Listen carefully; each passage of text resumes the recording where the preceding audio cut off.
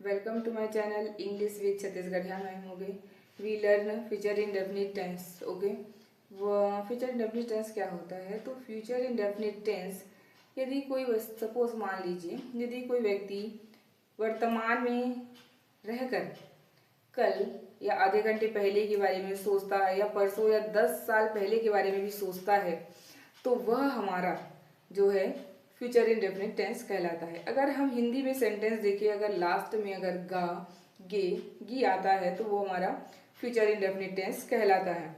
लेकिन कुछ ऐसे भी सेंटेंस होते हैं जिसमें लास्ट में गा गे गी नहीं आते हैं, तो हम उसको भी देखेंगे।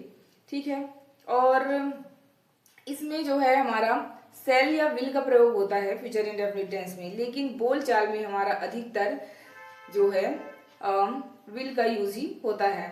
ठीक है, इसमें 5 आप देख सकते हैं कि 5 प्रकार के सेंटेंस होते हैं। और पहला हमारा होता है सिंपल सेंटेंस, दूसरा होता है हमारा नेगेटिव सेंटेंस, और तीसरा जो होता है वो है हमारा इंट्रागेटिव सेंटेंस। यहाँ पर जो हेल्पिंग वर्ब है उसको सामने लाया जाता है, और यहाँ पर जब हमको कोई क्वेश्चन पूछता है तब हम इसमें यस या नो में ही जवाब देते हैं। और जो चौथा होता है हमारा इंट्रागेटिव सेंटेंस, वो हमारा होता है कि इसमें हम जब डिटेल में हम उसके बारे में जो है पूरा बताते हैं। ठीक है, और चौथा जो होता है हमारा interrogative with negative sentence. Okay, इसमें 5 प्रकार के जो है सेंटेंस होते हैं और इसी में ही बात किया जाता है। तो मैं सबसे पहला बता देती हूँ कि सिंपल सेंटेंस जो होता है हमारा subject plus will plus main verb का फर्स्ट फॉर्म, मतलब होता है जो हमारी क्रिया जो होती है, और हमारा जो है प्लस ऑब्जेक्ट। ओके, तो इसमें हम सेंटेंस कैसे बनाएंगे? तो हम इसमें सेंटेंस बनाएंगे कि हम मुंबई जाएंगे।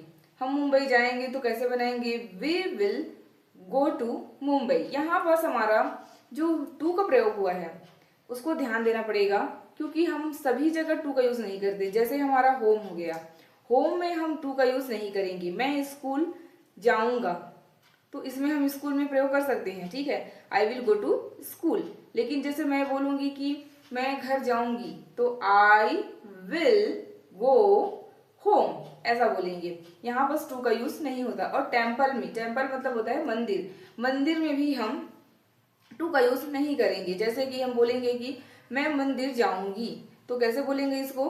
आई विल गो टेम्पल। यहाँ बस हमारा टू का यूज नहीं होगा। इसका ध्यान देना पड़ेगा यहाँ पर कि हमारा होम और जो मंदिर होते हैं, जैसे कि चर्च हो गया, है ना, इस प्रकार के जो मंदिर होते हैं, तो उसमें जो है हमारा टू का यूज नहीं किया जाता है। ओके, इस स्पोकन इंग्लिश में किया जाता है कहीं कहीं, लेकिन बस ये सेंटेंस जो है गलत है। आप टू का यूज ना करें होम और मंदिर के लिए, टेम्पल के लिए। ओके, एंड सेकेंड क्वेश्चन, हम सेकेंड जो है हम देख सकते हैं सेंटेंस कैसे बनाएंगे जो नेगेटिव है। तो subject plus will plus not plus verb का फर्स्ट फॉर्म प्लस ऑब्जेक्ट। यहाँ पर विल नॉट को हम ओंट भी कह सकते हैं। ठीक है, शॉर्ट फॉर्म इसका होता है ओंट।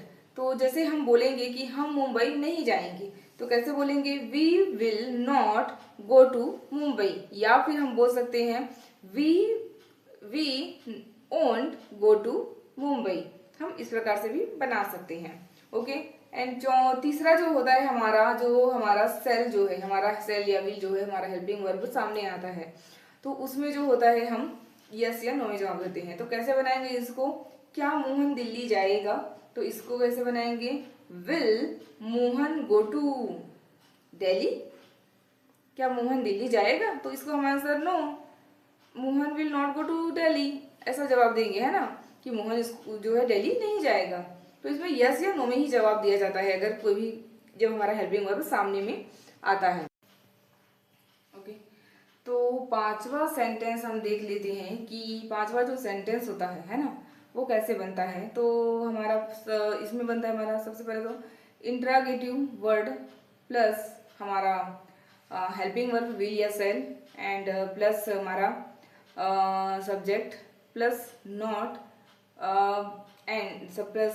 एंड वर्ब का फर्स्ट फॉर्म प्लस हमारा में जो है ऑब्जेक्ट होता है। अगर हम विल और नॉट को एक साथ लिखना है तो ओंट हम एक साथ हम लिख सकते हैं। ओके, इसमें हम सेंटेंस देख लेते हैं। ओके, 5 है ना। तो जैसे हम बोलेंगे तुम स्कूल क्यों नहीं जाओगे, है ना, तुम स्कूल क्यों नहीं जाओगे, तो ऐसा बोलेंगे इसको why will you not go to the school, है ना, इस प्रकार से बोलेंगे। और इसमें अगर हम नॉट को एक साथ, विल और नॉट को एक साथ अगर बोलेंगे तो हम ऐसे बोलेंगे why won't you go to the school. इस प्रकार से हमारा सेंटेंस जो है बनेगा, पांचवा जो है सेंटेंस। अगर हम उसी को हम अगर एक साथ अगर बोलना है तो हम जैसे भी हम बोल सकते हैं कि विल नॉट को अगर एक साथ बोला तो ओंट करके हम बोल सकते हैं अगर। लेकिन अधिकतर जो है बुक में जो रहता है वो हमारा नॉट जो है लास्ट में मतलब सब्जेक्ट के बाद ही दिया रहता है, क्योंकि बुक में जब आप पढ़ते हो तो उसमें वैसे ही दिया रहता है अधिकतर। Okay sorry, okay. एंड हम कुछ सेंटेंस ऐसे भी देख लेते हैं जिसमें हमारा लास्ट में गा गे गी नहीं आता है, लेकिन वो फ्यूचर इंडेफिनिट टेंस होता है। जैसे हम पूछते हैं कि क्या मैं खिलाऊं, जैसे हम बच्चों को कुछ पूछते हैं क्या मैं खिलाऊं, तो है ना, क्या मैं खिलाऊं, क्या मैं खाना खिलाऊं, तो इसको हम कैसे बोलेंगे कि सेल आई इट फूड, क्या मैं खिलाऊं। तो यहाँ पर जो होता है ना, यहाँ पर सेल का यूज होता है।